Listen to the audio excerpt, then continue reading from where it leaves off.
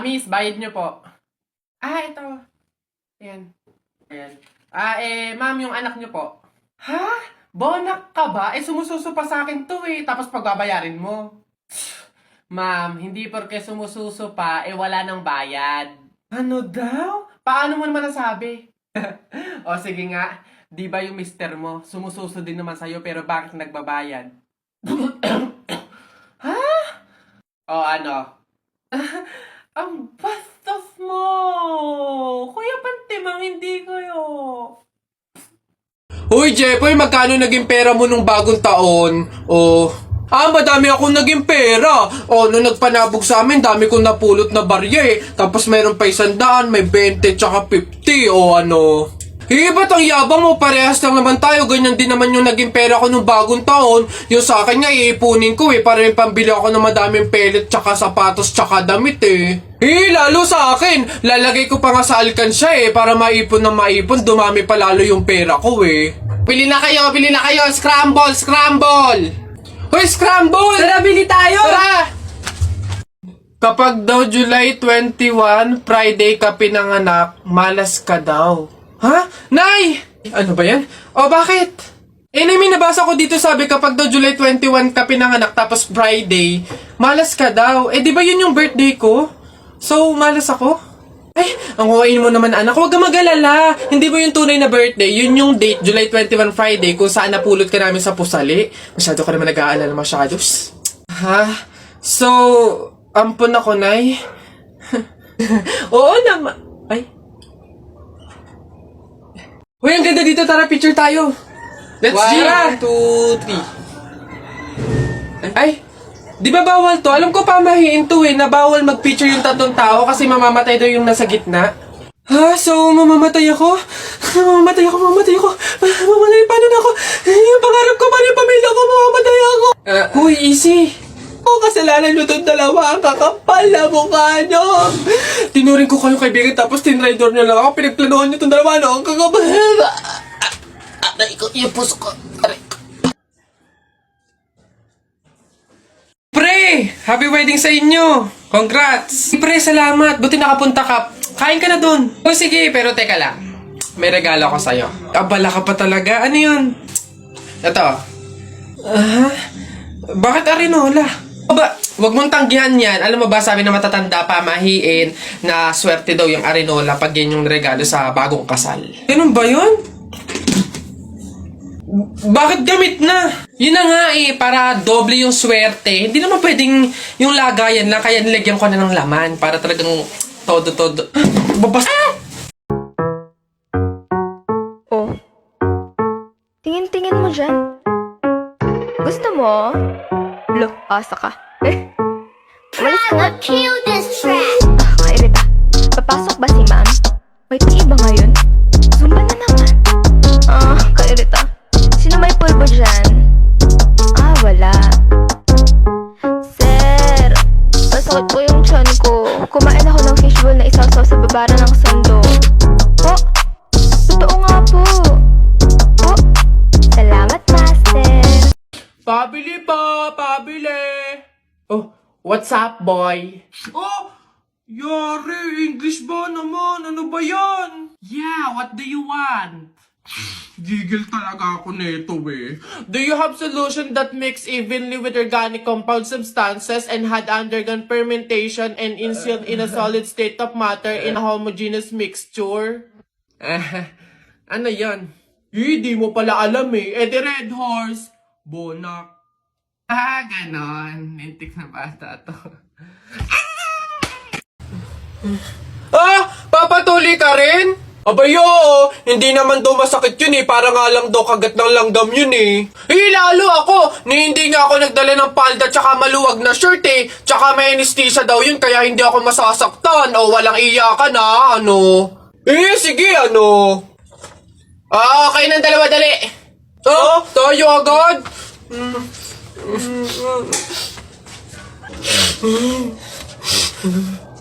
Bakit dito malam yung anesthesia?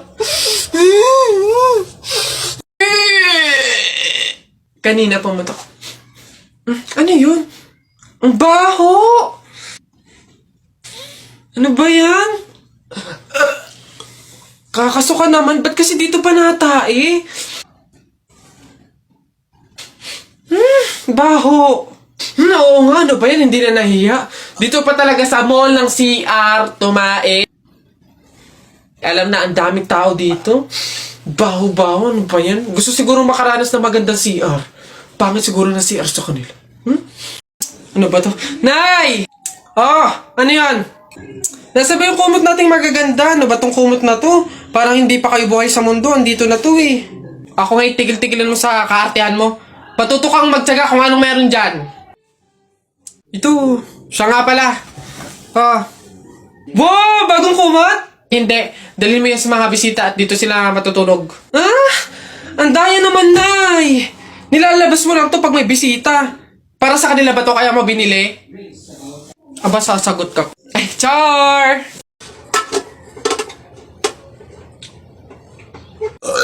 Uy, pre, wala na tayong kanin. Humingi ka na. Aliris naman to, eh. Dali na. Ba't ako? Ikaw na, pre. Nakakaya. Baka sabihin patay gutom pa ako, eh. Ikaw na, kaya mo na yan. Wala, nakakaya ba naman? Kanin. Gagi, pre, relaxan mo. Hindi ka narinig.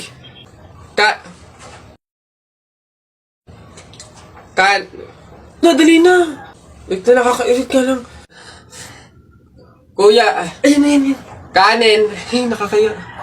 Buti naman anak, makakalipat na tayo ng bahay. Ay, so nga Nay, buti na lang makakalipat na tayo sa mas maayos na bahay. Pero may tanong ako, bakit ang daming kasabi na pamahiin daw kapag daw lilipat ng bahay at paalis na, wag na daw lilingon dun sa bahay na yun kasi may mangyayari daw masama? Bakit kaya? Nak, bakit mo ba natanong? Nay, gusto ko sanang lumingon para masulyapan yung bahay natin. Syempre, tagal na din naman natin tumira dyan, kaya napamahal na rin tayo. Bago man lang tayo umalis sana, Nay, masulyapan ulit kahit saglit. Ay, hindi anak. Sige lang, lumingon ka lang. Hindi naman tayo naniniwala sa mga pamahiin na yan, di ba? Walang mangyayaring masama, panigurado, promise. Sige, Nay. Ay! Hoy, kayong dalawa. Ay, ano? Ganon-ganon na lang yun? Aalis na kayo agad, ha? Hindi nyo pa nga tapos bayaran yung upa sa bahay, eh. Pati yung ilaw at tubig, hindi nyo pa tapos bayaran, tapos aalis lang kayo, ha? 10 yung pinapakain kong anak, tapos yung asawa ko batugan pa, tapos aalis kayo, hindi kayo magbabayad. Ang kakapal na mukha nyong lahat. Hindi ako papayag. Balik! Uwi! La. Hala!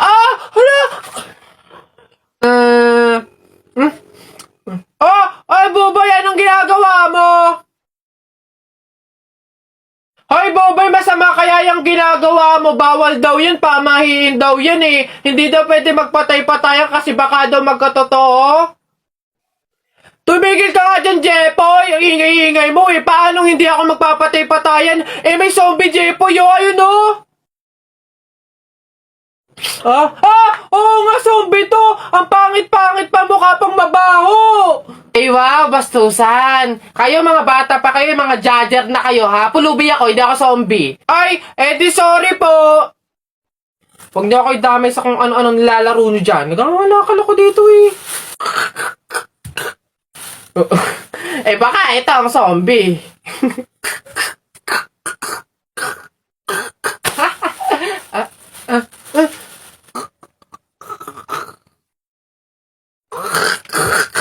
Yun, Tara, buhatin na natin yung kabaong. Ay, teka. Kamag-anak kayo, di ba? Hindi pwede. Pamahiin yon. Bawal magbuhat ng kabaong ang kamag-anak.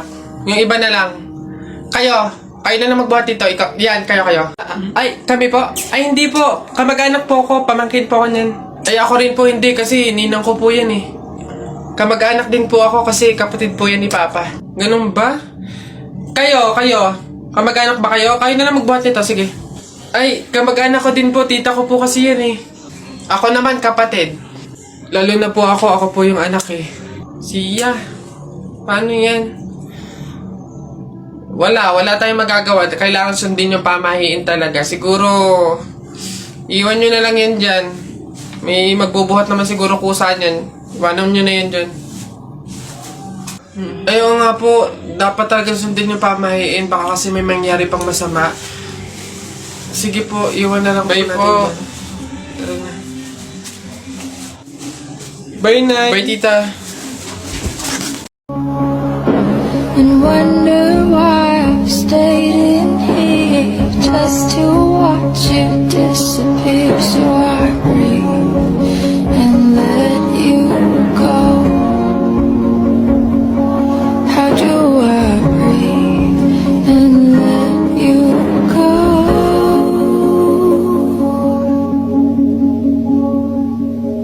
Before it's too late, I'll take a step away. I know one word won't make me go rushing back to you. So I'll just shut my eyes, forget that you were mine. How do you go from making one your home and then just letting it all go? Let me take it in before it changes. Anak! Joshua! Oh, Nay. Magsilab ka nga doon sa harapan. Ha? Bakit naman? Eh di ba't kakalibing lang ng lolo mo? Pamahiin yon. Kailangan magsiga para makapunta agad sa langit yung lolo mo. Eh? Ganun ba? Sige. Mga pamahiin na yan. Wala naman akong ano. Nay! Wala akong masigang kahit anong basura dito. Ano ba yan? Bilisan mo, Joshua. Napakasimpleng bagay, hindi mo magawa, ha? Kahit ano, sigaan mo. Bilisan mo.